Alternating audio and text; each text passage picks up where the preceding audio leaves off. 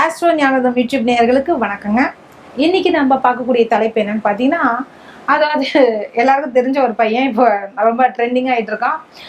ஒல்லியா குட்டி பையனா, அவனும் இன்னும் மெச்சூர்டே ஆகல. அந்த பையனுக்கு வந்து பார்த்தீங்கன்னா, என்ன சொல்லிட்டு இருக்காங்கன்னு பார்த்தீங்கன்னா, அவன் ஒரு சாமியாராகவும் அது அகோரி என்று சொல்லக்கூடிய அளவிற்கு அந்த பெயரை வந்து வைத்துக்கொண்டு இன்னைக்கு வந்து அடுத்த ட்ரெண்டிங்ல ஊரை ஏமாத்துற கதை தாங்க அந்த வேலையை பண்ணிட்டு இருக்காருங்க. அதாவது ஜோசியத்தின் பேர்ல இந்த மாதிரி பண்றாங்க. ஏன்னா நான் அருள்வாக்கு சொல்றேன், நான் வந்து சொல்றதெல்லாம் கரெக்டு அப்படி இப்படின்ற மாதிரிலாம் செய்யறது ரொம்ப தப்பான ஒரு விஷயம்.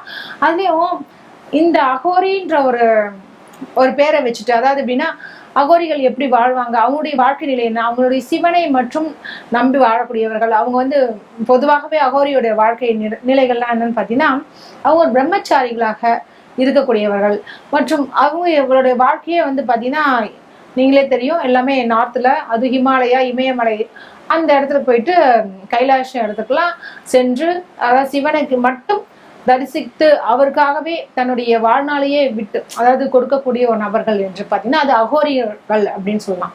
அதாவது உடம்பு ஃபுல்லாக திருநூறுலாம் அடிச்சுப்பாங்க, எல்லாம் சிவனுடைய விஷயங்களாக இருக்கிறது. இப்போ பார்த்தீங்கன்னா அகோரின்னு ஒருத்தர் சொல்லிட்டு அது காளின்னு சொல்லி கும்பிட்றது, நிறைய விஷயங்கள்லாம் தப்பா ட்ரெண்டிங்கில் பண்ணிட்டு இருக்கான். பேர் வந்து பார்த்தீங்கன்னா அகோரி கலையரசுன்ற மாதிரி சொன்னாங்க. அவர் பண்ணுற வேலைலாம் பார்த்தீங்கன்னா ரொம்ப கேவலமாக இருக்குங்க. முக்கியமாக ஒரு சுவாமி ஒரு அருள்வாக்கு சொல்கிறோன்னா நம்ம எப்படி இருக்கணும் அப்படின்பொழுது நிச்சயமாக, அதாவது இந்த நரபலியெல்லாம் சாப்பிட்றாங்கன்றாங்க, அதுவும் இந்த மனித மாமிசங்களை சாப்பிட்றது ரொம்ப தப்பு. ஆக்சுவலி பஞ்சமா பாதகத்தில் ஒரு பாவமே எதுன்னு பார்த்தீங்கன்னா இந்த மாமிசம் சாப்பிட்றது. அதுலேயும் மனிதனுடைய மாமிசத்தை சாப்பிட்டு நான் செய்கிறேன் அப்படின்னு சொல்லிட்டு இருக்காரு. அவர் கல்யாணம் ஆயிடுச்சு, குழந்தைங்க வர 2 பேர் இருக்காங்க.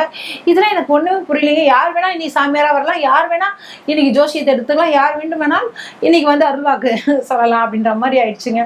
இது ரொம்ப மோசமான ஒரு விஷயம் சொல்லலாம். இது மாதிரி விஷயங்களை வந்து தயவு செய்து மக்களை நம்பாதீங்க அப்படின்றது தான் விஷயம். இதை வந்து இதுக்கும் 4 பேர் போறாங்க. பச்சையா சொல்லப்போனா மலத்தை கூட ஒருத்தன் சாப்பிட்டுட்டு ஒரு அருள்வாக்கு சொல்றான்னா அது பின்னாடி கூட போவாங்கன்ற மாதிரி இப்போ உலகமே ஆயிடுச்சுங்க. ஏன்னா புதுசா அவங்களுக்கு தெரியணும், புதுசா ட்ரெஸ் பண்ணணும், புதுசா ஒரு ஆட்கள் வரணும். இது மாதிரி விஷயம்தான் மக்களை வந்து ரொம்ப ஈர்க்குது. அவங்க கிட்ட போய் பணத்தை கொடுத்து தன்னுடைய, அதாவது சொல்லுவாங்க நம்மளுடைய வீக்னஸ் அப்படின்ற ஒரு விஷயத்த வந்து நான் பெரிய முதலமைச்சர் ஆனோம், நான் பெரிய மினிஸ்டர் ஆனோம், நான் பெரிய அளவிற்கு வரணும் அப்படின்னு சொல்லிட்டு நிறைய பேர் வந்து சொல்லிட்டு இருக்காங்க. அதுக்கு வந்து இது மாதிரியான போலி சாமியார்கள் கிட்டலாம் தயவு செய்து மாட்டிக்காதீங்க. அதாவது இப்போதான் வந்து அங்கங்கே ஆர்டர் பண்ணியிருக்கேன் அப்படின்னா சொல்லி பேசுகிறாரு. எனக்கு ரொம்ப சிரிப்பாக இருக்குங்க.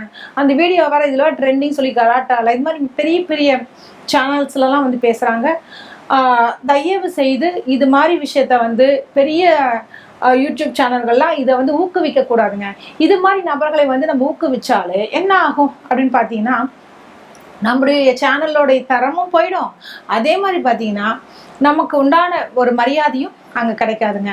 தயவு செய்து இது மாதிரியான விஷயங்களை சோசியல் மீடியாக்காரங்க வந்து இது நிறுத்தினா நல்லதுன்னு நினைக்கிறேன். அதே மாதிரி பார்த்தீங்கன்னா உங்களுக்கே தெரியும், இதெல்லாம் வந்து அஃபென்ஸ்ன்னு சொல்லுவாங்க. உங்களுக்கு பொதுவாக மனித கறியை சாப்பிட்றது ரொம்ப ரொம்ப தப்பான ஒரு விஷயம். அரெஸ்ட் பண்ணி உள்ளே வைக்கக்கூடிய ஒரு நிலை தான் அவங்களுக்கு. தயவு செஞ்சு இது மாதிரி ஆட்களை நம்பி போகாதீங்க மக்களே. மீண்டும் இன்னொரு தலைப்பில் சந்திக்கிறேன். நன்றி, வணக்கம்.